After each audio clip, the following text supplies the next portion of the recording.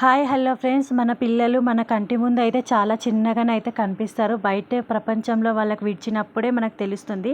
చూడండి, ఇక్కడ ఒక్కొక్క పిల్లలు ఒక్కొక్క టాలెంట్ అయితే కనిపిస్తుంది. ఆ పాపనైతే మార్నింగ్ వచ్చినప్పటి నుంచి ఏడవడం స్టార్ట్ చేస్తే 12 వరకు అయితే ఏడుపు అయితే అస్సలకి ఆపుతలేదు. ఇంకొక పాప చూడండి, గేట్ ఎక్కింది. వాళ్ళ డాడీ విడిచిపెట్టి వెళ్ళిండని గేట్ ఎక్కి దుంకుతాను ఎక్కేసింది.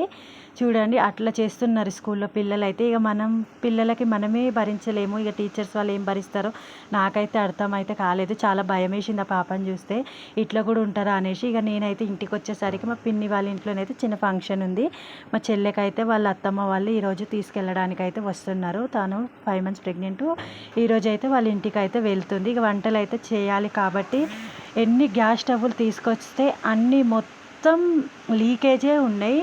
చాలా కష్టపడ్డాం. లాస్ట్కి చివరికి అయితే బగారన్నం కట్టెల పొయ్యి మీద చేద్దామనేది అయితే కట్టెల పొయ్యి అయితే పెట్టేసినాం. ఇక చూడండి, గాలికి ఆ మంట అనేది పైకి అయితే వస్తూ ఉంది.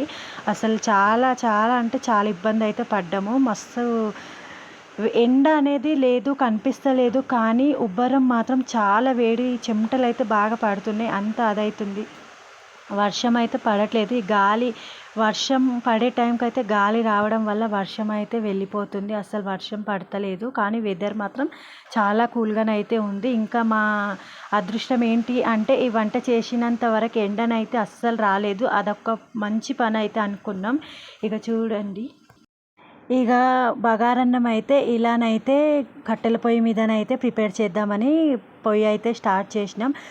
ఇక ఒకవైపు చేస్తే మంటలు అనేది చెయ్యికైతే మొత్తం అంటుకోవడానికైతే వస్తుంది, కలపడానికి కూడా వస్తలేదు. అంత వేడిగా అంటే మంటలు అయితే పైకి ఒక్కటేసారిగా వచ్చేస్తుంది. ఇక ఎలాగో అలా తిప్పలు పడి మాత్రం ఇక వంటనైతే చేసేసినాం. ఇక ఒక్కటి దొరికితే ఒక్కటి దొరకలేదు. అక్కడ ఇక్కడ మొత్తం 3 పొయ్యిలు అయితే పెట్టినాం. ఆగమాగం అంగడి అయ్యింది.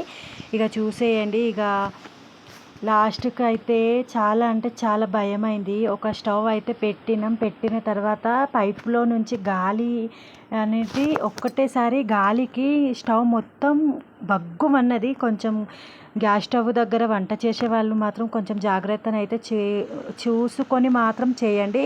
ఆలుగడ్డ కర్రీ అయితే రెడీ అయిపోయింది. పూరీలు అయితే లోపల స్టవ్ మీదనైతే చేసేసినాం. ఇక ఆలుగడ్డ కర్రీ అయితే ప్రిపేర్ చేసినాం. మసాలా పెట్టి చేయాలి కాబట్టి చాలామంది ఉంటే ఇలానే చేస్తారు కదా. కర్రీ అయితే మీకు చూడడానికి కొంచెం ఎల్లో కలర్లో కనిపిస్తుంది కాబట్టి కెమెరాలో రియల్గా మాత్రం చాలా బాగుంది. కర్రీస్ కూడా చాలా టేస్ట్ అయితే వచ్చేసినాయి.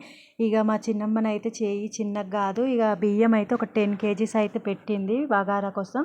ఇక 10 kgs బగారన్నం, 5 kgs వైట్ రైస్. చూడండి, స్టవ్ మీదనైతే చేసి ఇలా గంజి అనేది తీసేసి బొగ్గుల మీదనైతే బియ్యం మంచిగా రైస్ ఉడికిపోతుందని బొగ్గుల మీదనైతే పెట్టేసినాం. ఇక అప్పటికే 12 o'clock అయింది. మళ్ళీ పాపని తీసుకెళ్ళడానికి స్కూల్కి అయితే వెళ్ళిన. నేను వెళ్ళేసరికి అయితే నా చిట్టి తల్లి చూడండి ఎంత మంచిగా కూర్చుందో. సార్ అయితే ఐస్ తీస్తే రైస్ ఉండదు ప్లేట్లో అనేసి అయితే చెప్పినారంట. ఇంటికి వచ్చి నాకు చెప్తుంది. చూసేయండి ఎంత బుద్ధిగా కూర్చుందో. ప్లీజ్ వీడియో నచ్చితే సబ్స్క్రైబ్ చేసి లైక్ చేసి